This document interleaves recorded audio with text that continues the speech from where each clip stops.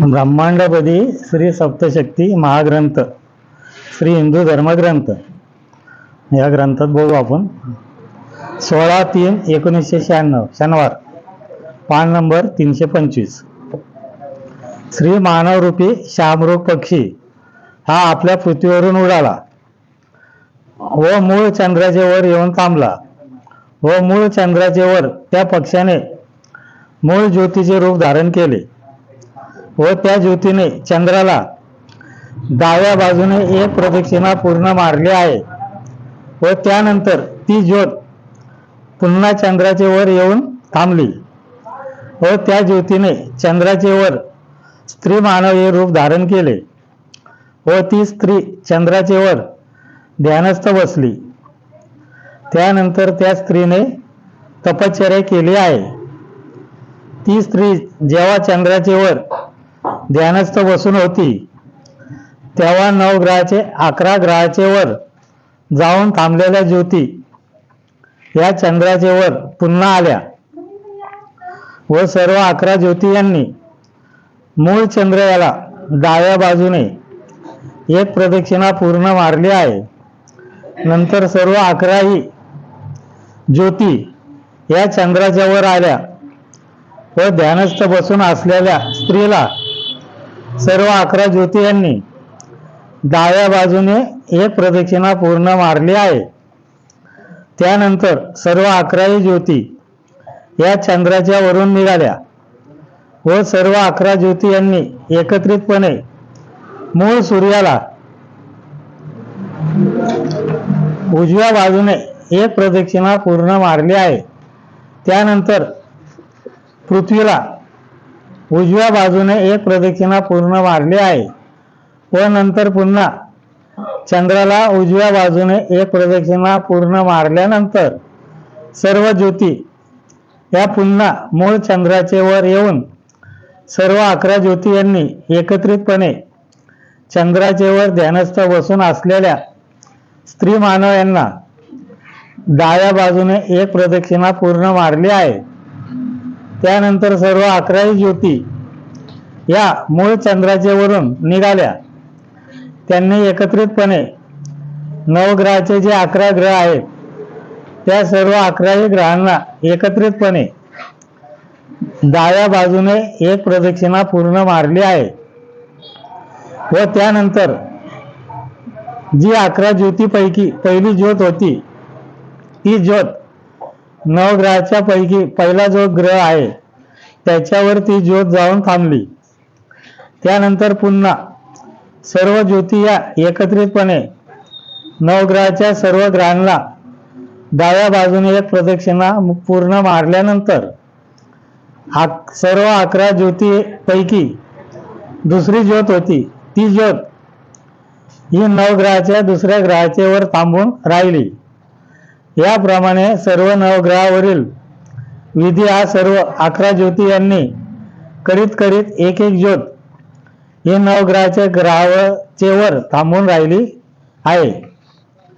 मूळ चंद्राचे वर मूळ स्त्रीपासून म्हणजे मूळ स्त्री मानव ही सर्व 11 ज्योती यांच्या 9 ग्रहाचे वर होत असणारा विधी पूर्ण होईपर्यंत चंद्राचे वर थांबूनच होती व त्या स्त्री मानव यांनी चंद्राचे वर मोर या पक्षाचे रूप धारण करून तो मोर पक्षी हा मूळ चंद्राचे वर नाचत बागडत होता. तो मोर पक्षी हा चंद्राचे वर आनंदाने नाचत बागडत असताना सर्व 11 ज्योती यांच्या 9 ग्रहाच्या ग्रहावरील विधी पूर्ण झाल्यानंतर तो मोर हा नाचावायचा बागडायचा थांबला व त्या मोर पक्षी याने पुन्हा चंद्राचे वर स्त्री मानव हे रूप धारण केले व ती स्त्री पुन्हा चंद्राचे वर ध्यानस्थ बसून राहिली. नंतर त्या स्त्रीने तपश्चर्या केली आहे. तपश्चर्या पूर्ण झाल्यानंतर त्या स्त्री मानव यांनी पुन्हा श्री मानव रूपी शामरूप पक्षी हे रूप धारण केले आहे. येते ना लक्षात का वाचू परत?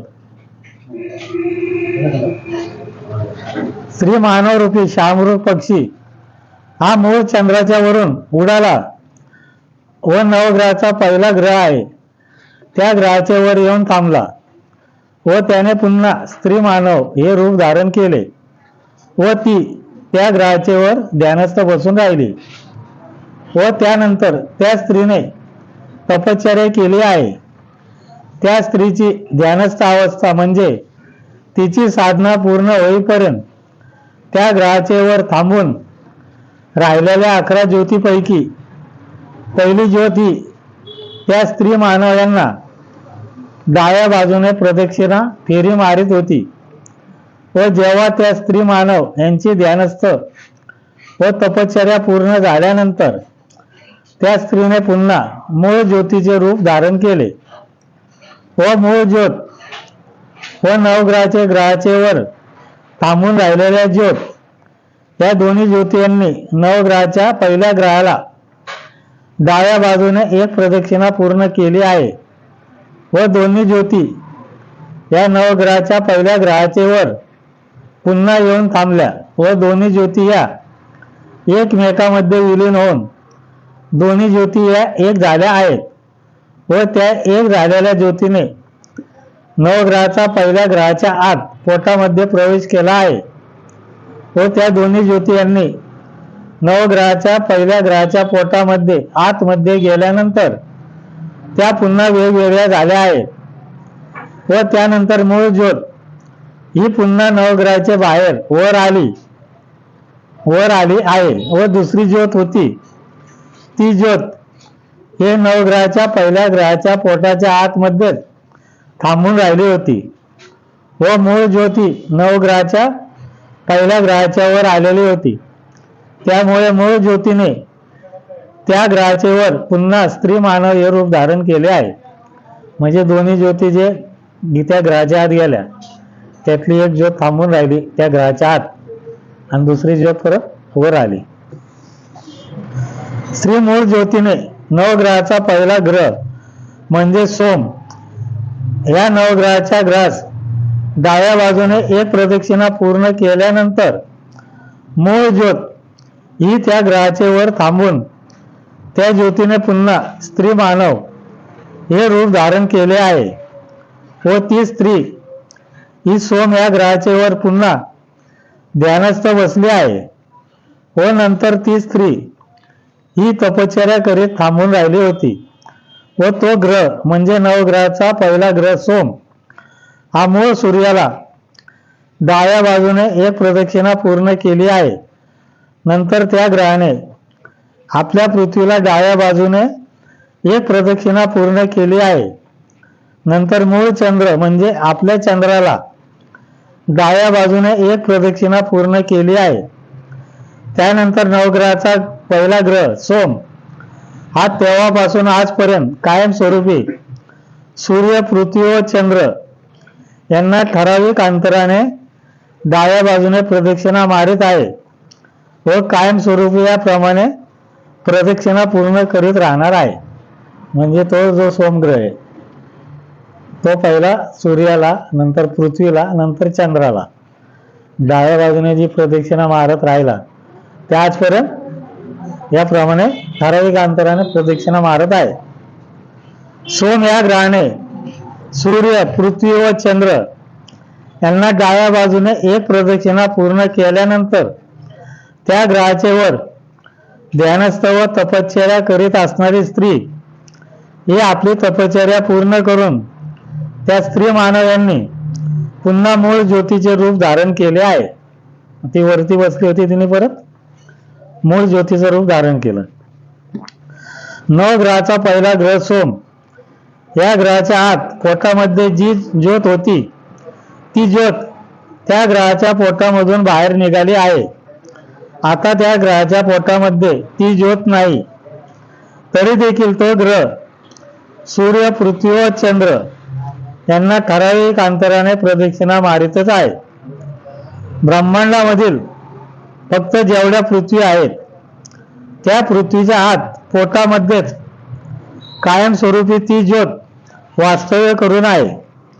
बाकी ब्रह्मांडामधील पृथ्वी सोडून कोणत्याही ग्रहाच्या पोटामध्ये ज्योत वास्तव्य करून नाहीत, फक्त पृथ्वीच्या पोटामध्येच कायमस्वरूपी ज्योत वास्तव्य करून असल्यामुळे ब्रह्मांडामधील सर्व पृथ्वीच्या वरच मानव तसेच इतर जीवसृष्टी जिवंत राहत आहेत. म्हणजे ती ज्योत जी पृथ्वीच्या पोटात आहे ती परत काय बाहेर निघालेली नाही. त्यामुळे पृथ्वीवरती कायमस्वरूपी जीवसृष्टी निर्माण होत आहेत. म्हणजे पशु पक्षी प्राणी मानव वनस्पती हे निर्माण होत आहेत. सर्व जीवसृष्टी त्यामुळे जिवंत राहत आहेत. नवग्रहाचा पहिला ग्रह सोम या ग्रहाचे वर मानव स्त्री ही ध्यानस्थ व तपश्चर्या करीत बसलेली होती. तिची साधना पूर्ण झाल्यानंतर त्या स्त्रीने मोर या पक्षाचे रूप धारण केले व तो मोर सोम या ग्रहाचे वर आनंदाने नाचू व बागडू लागला. त्या आनंदाने तो मोर नाचायला लागला तिथं. नंतर त्या मोर पक्षी याने पुन्हा मूळ ज्योतीचे रूप धारण केले व त्या ज्योतीने पुन्हा श्री मानवरूपी शामरूप पक्षी हे रूप धारण केले व शामरूप पक्षी हा काही काळ त्या ग्रहाचे वर आनंदाने नाचला व बागडला आहे. त्यानंतर तो मानवरूपी शामरूप पक्षी होता. म्हणजे चेहरा मानवाचा, फक्त शरीर पक्षाचं.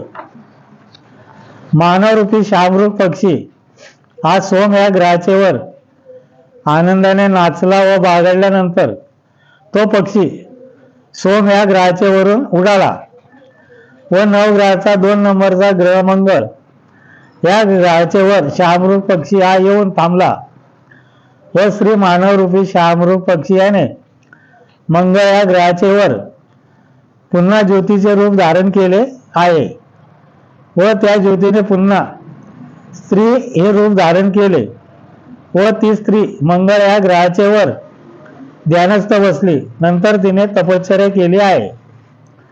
जेव्हा या स्त्रीची साधना पूर्ण होत होती तेव्हा मंगळ या ग्रहाचे वर अगोदरची जी ज्योत होती, स्त्री ज्योत थांबून होती, ती ज्योत या स्त्रीला डाव्या बाजूने प्रदक्षिणा मारित होती व जेव्हा त्या स्त्रीची ध्यानस्थ म्हणजे साधना पूर्ण झाली तेव्हा ती ज्योत प्रदक्षिणा मारावयाची थांबली व त्या स्त्रीने पुन्हा ज्योतीचे रूप धारण केले व त्यानंतर मूळ ज्योत व मंगळ या ग्रहाचे वर अगोदर थांबलेली ज्योत या दोन्ही ज्योती मिळून सूर्य पृथ्वी व चंद्र यांना डाव्या बाजूने एक एक प्रदक्षिणा पूर्ण केली आहे व दोन्ही ज्योती पुन्हा या मंगळ ग्रहाचे वर येऊन थांबल्या व दोन्ही ज्योती या एकमेकांमध्ये विलीन होऊन दोन्ही ज्योती मिळून एक ज्योत झाली व ती ज्योत मंगळ या ग्रहाचे आत पोटामध्ये त्या ज्योतीने प्रवेश केला आहे व आत गेल्यानंतर पुन्हा एक झालेली ज्योत या वेगवेगळ्या झाल्या आहेत व मूळ ज्योत ही मंगळ या ग्रहाच्या बाहेर वर आली आहे व नवीन ज्योत ही मंगळ या ग्रहाच्या आत पोटामध्ये थांबून राहिली आहे. मंगळ या ग्रहाचे वर मूळ ज्योत आल्यानंतर त्या ज्योतीने पुन्हा स्त्री मानव हे रूप धारण केले व ती स्त्री या ग्रहाचे वर ध्यानस्थ बसली. नंतर त्या स्त्रीने तपश्चर्या केली आहे व नवीन ज्योत ही मंगळ या ग्रहाच्या पोटात थांबून होती.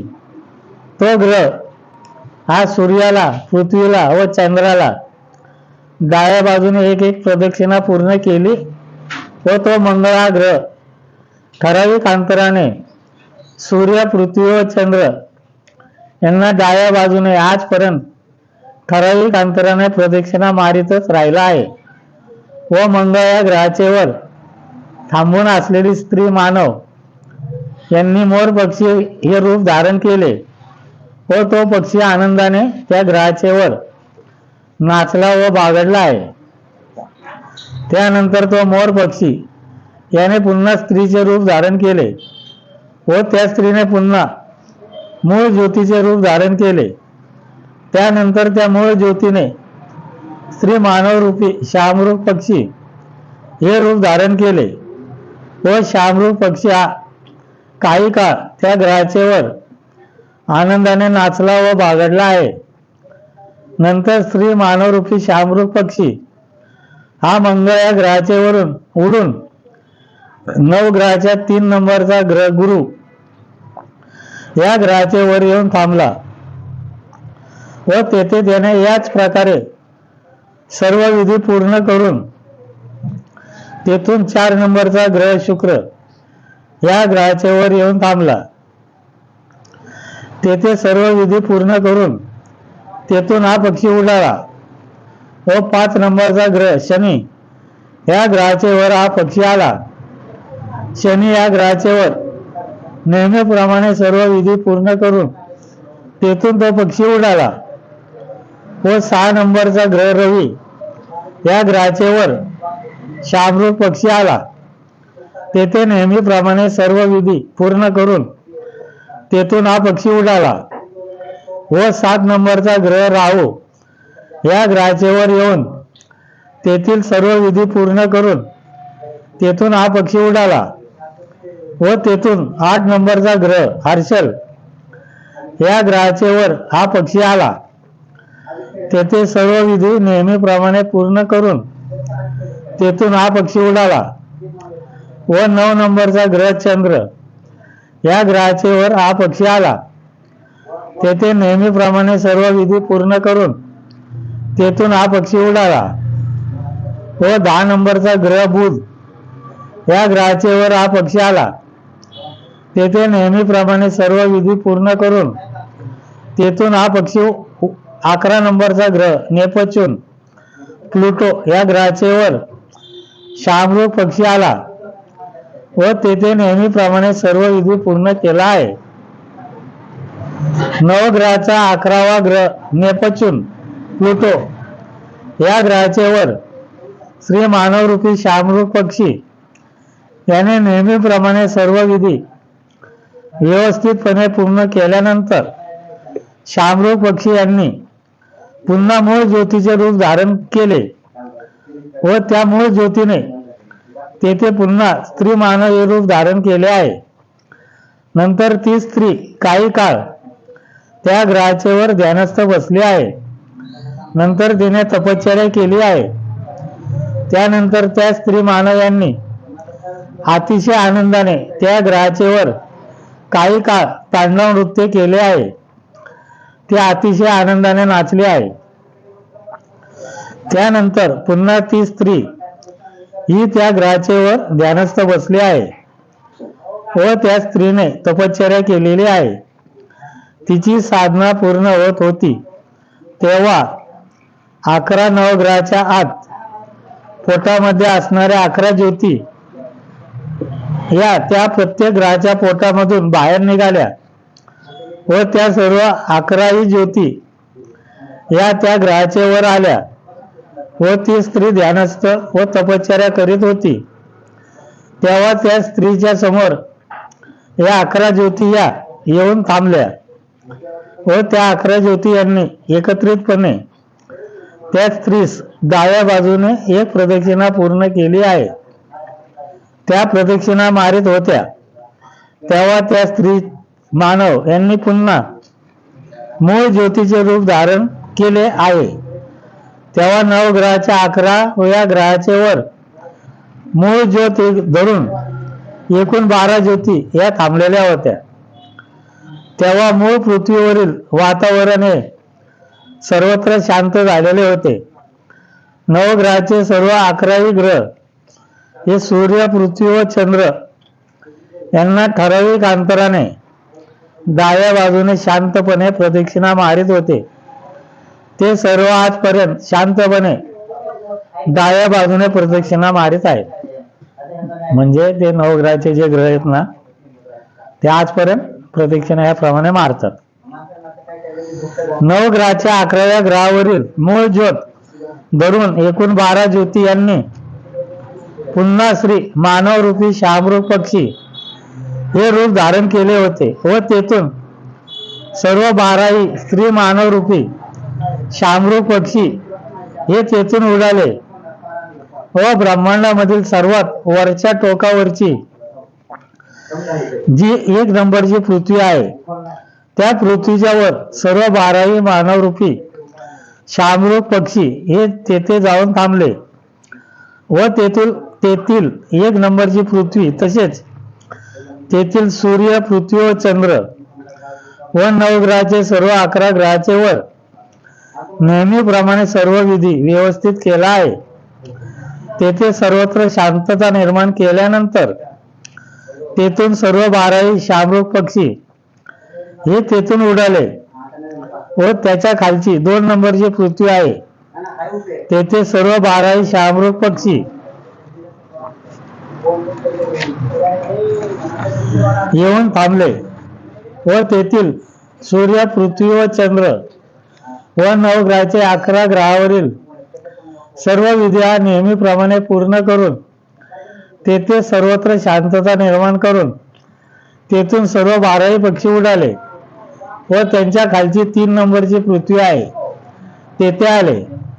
तेथील सर्व विधी नेहमीप्रमाणे पूर्ण करून तेथे सर्वत्र शांतता निर्माण करून तेथून ते सर्व 12 पक्षी उडाले व त्याच्या खालची 4 नंबरची पृथ्वी आहे तेथे सर्व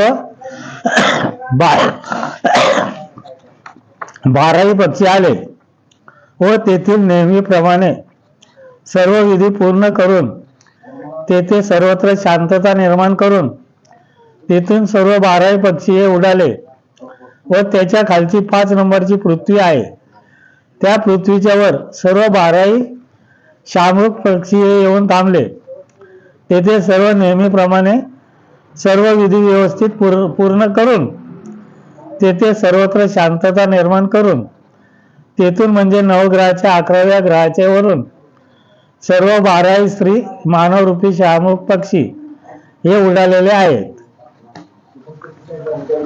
स्त्री मानवरूपी शामरूप पक्षी हे मूळ सूर्य म्हणजे आपल्या सूर्याच्या वर येऊन थांबल्यानंतर सर्व 12 शामरूप पक्षी यांनी काही काळ आपल्या सूर्याच्या वर विश्रांती घेतली आहे.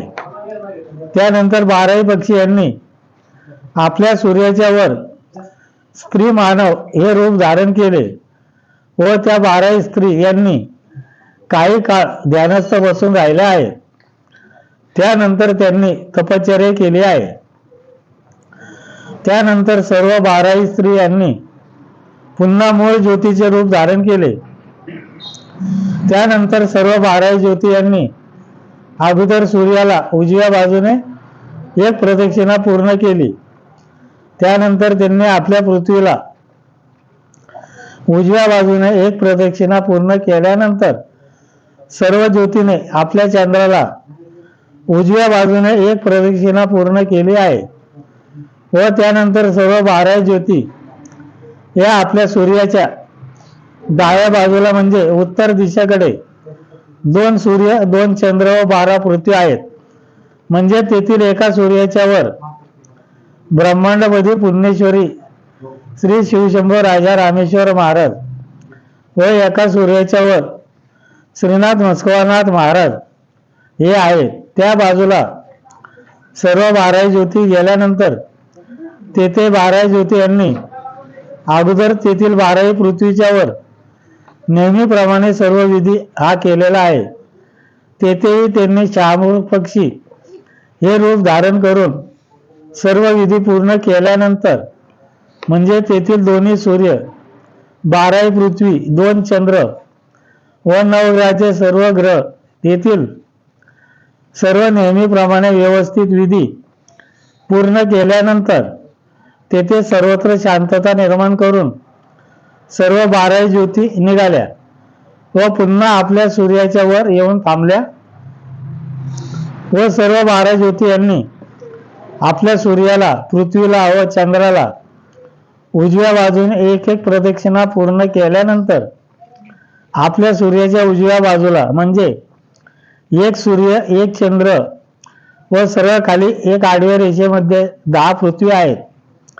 तेथील सूर्यावर अगोदर सर्व 12 ज्योती या जाऊन थांबल्या तेथे 12 ज्योती यांनी स्त्री मानव हे रूप धारण केले आहे व त्या सर्व तेथील सूर्याच्या वर काही काळ ध्यानस्थ बसल्यानंतर त्यांनी तपश्चर्या केली आहे व त्यानंतर सर्व 12 स्त्री यांनी मोर या पक्षाचे रूप धारण केले व 12 मोर पक्षी हे त्या सूर्याच्या वर काही काळ आनंदाने नाचले व बागडले आहेत.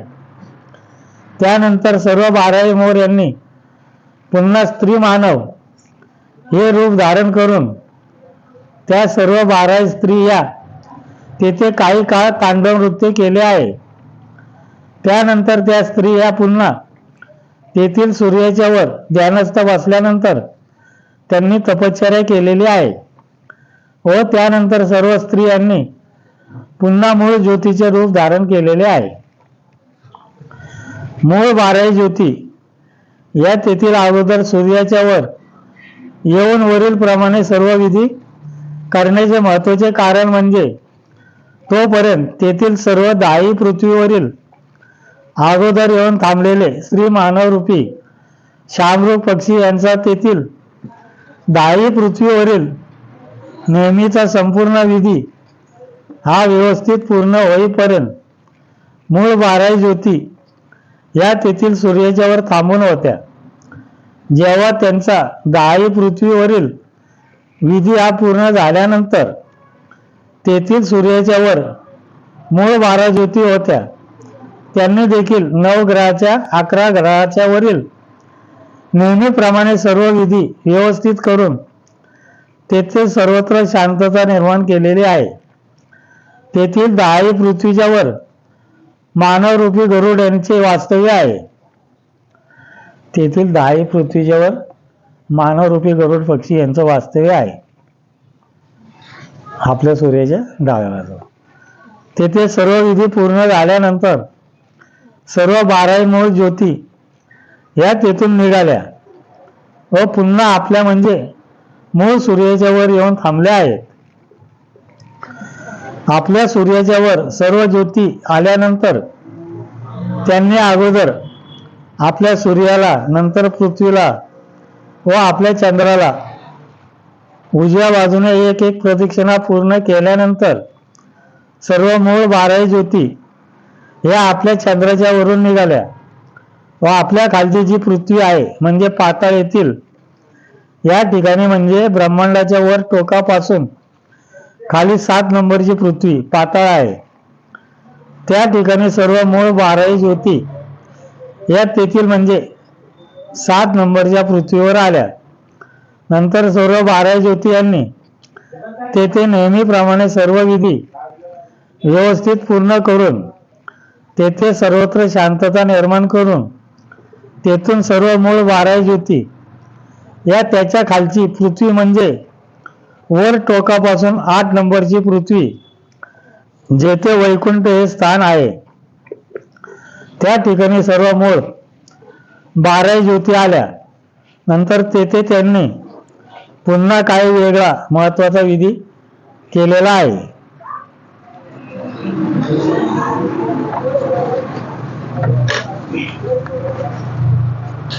श्री पाताळ या ठिकाणून 12 ज्योती निघाल्या व त्याच्या खालची पृथ्वी म्हणजे श्री वैकुंठ येथील सूर्याच्या वर येऊन थांबल्या. 12 ज्योती यांनी तेथे स्त्री मानव हे रूप धारण केले व त्या ध्यानस्थ बसल्या. नंतर त्यांनी काही काळ तपश्चर्या केलेली आहे.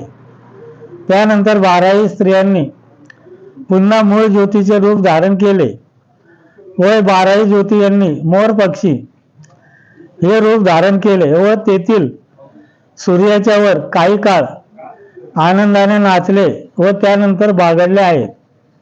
त्यानंतर 12 मोरांनी पुन्हा स्त्री हे रूप धारण केले व त्या स्त्रियांनी पुन्हा मूळ ज्योतीचे रूप धारण केले व त्यानंतर सर्व मूळ 12 ज्योती यांनी सूर्याला डाव्या बाजूने एक प्रदक्षिणा पूर्ण केलेली आहे.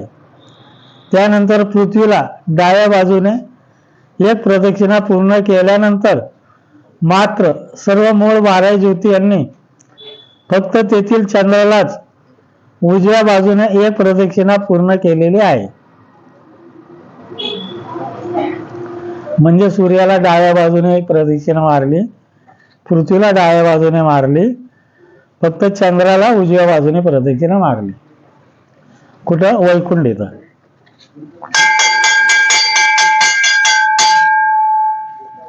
श्री वैकुंठ येथील चंद्रालाच सर्व 12 ज्योती यांनी उजव्या बाजूने एक प्रदक्षिणा मारण्याचे महत्वाचे कारण म्हणजे ब्रह्मांडामधील सर्व दैवते, साधू संत महात्मे, दैवते हे सर्व तेथील चंद्राचे वर प्रत्यक्षात मानव रूपात त्यांचे मूळ स्वरूपात राहणार वास्तव्य करणार आहेत. व ब्रह्मांडामधील सर्व दैवतांचा कारभार तसेच त्यांचा राज्य कारभार हा तेथून चालणार होत राहणार असल्यामुळे फक्त तेथील चंद्रालाच सर्व मूळ ज्योती यांनी उजव्या बाजूने एक प्रदक्षिणा मारली आहे. म्हणजे तेथील जो चंद्र आहे त्या चंद्रालाच फक्त उजव्या बाजूने प्रदक्षिणा मारण्याचं कारण म्हणजे त्या चंद्राच्यावर पृथ्वीवर जे दैवत आहेत किंवा कुठले ते जेव्हा येतात तेव्हा ते तिथं जाऊन त्या स्वरूपात राहतात.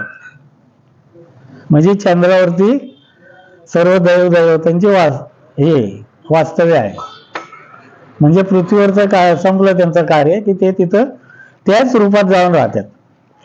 म्हणजे जेव्हा इथं पृथ्वीवर ज्या रूपात वावरले त्याच रूपात, शिवाय सर्व दैवते म्हणजे ब्रह्मदेव असो, विष्णू असो, कोणी असो तिथं त्या रूपात राहतात. म्हणजे तेथील चंद्राच्या वर वैकुंठ आहे. मूळ 12 ज्योती यांनी चंद्राला उजव्या बाजूने एक प्रदक्षिणा पूर्ण केल्यानंतर त्यांनी नेहमीप्रमाणे सर्व विधी हा व्यवस्थित पूर्ण करून तेथे सूर्य, पृथ्वी व चंद्र व नवग्रहांच्या ग्रहाची म्हणजे तेथील सर्व वातावरण नेहमीप्रमाणे शांत करून सर्वत्र शांतता निर्माण करून सर्व स्त्री मानवरूपी शामरूप पक्षी हे तेथून उडाले व त्याच्या खालची पृथ्वी म्हणजे वरपासून खालची 9 नंबरची पृथ्वी आहे तेथील पृथ्वीवर सर्व शामरूप पक्षी हे येऊन पोहोचल्यानंतर तेथे त्यांनी नेहमीप्रमाणे सर्व सूर्य, पृथ्वी, चंद्र व नवग्रहाचे ग्रह यांचेवर नेहमीप्रमाणे सर्व विधी हा व्यवस्थित करून तेथे सर्वत्र शांतता निर्माण करून पुन्हा तेथून सर्व 12 शामरूप पक्षी हे उडाले व त्याच्या खालची 10 नंबरची पृथ्वी आहे त्या पृथ्वीच्या वर सर्व पक्षी येऊन पोहोचल्यानंतर तेथे त्यांनी नेहमीप्रमाणे सूर्य, पृथ्वी व चंद्र व नवग्रहाचे ग्रहाचेवर नेहमीप्रमाणे सर्व विधी व्यवस्थित करून तेथे सर्वत्र शांतता निर्माण करून त्या ठिकाणी श्री मानवरूपी शामरूप पक्षी हे उडाले व त्याच्या खालची 11 नंबरची पृथ्वी आहे तेथे निघाले. श्री मानवरूपी शामरूप पक्षी हे तेथून उडाल्यानंतर खालची 11 नंबरच्या पृथ्वीच्या सर्व चंद्राच्या वर येऊन थांबलेले आहेत व तेथील पृथ्वीवर किंवा सूर्याच्या वर न थांबता सरळ तेथील चंद्राच्या वर येऊन थांबले आहे. असे कोठेही घडलेले नव्हते. प्रत्येक ठिकाणी ते सूर्याच्या वरच थांबत असत. फक्त या वेळेसच ते तेथील चंद्राच्या वर येऊन थांबलेले आहेत. नंतर त्या 12 पक्षीयांनी तेथे स्त्री मानव हे रूप धारण केले व त्यानंतर त्या तेथे ध्यानस्थ बसल्यानंतर काही काळ तेथे त्यांनी तपश्चर्या केलेली आहे. त्यानंतर त्या स्त्रियांनी पुन्हा मोर या पक्षाचे रूप घेऊन तेथील चंद्राचे वर काही काळ आनंदाने नाचले व बागडलेले आहे. त्यानंतर त्या मोर पक्षीयांनी पुन्हा श्री मानवरूपी शामरूप पक्षी हे रूप धारण केले व सर्व 12 पक्षी हे तेथील चंद्राच्या वरून उडाले व तेथील सूर्याच्या वर जाऊन पोहोचले थांबले आहे. थांबू का वाचव. हा. श्री नाथेश्वर प्रसन्न.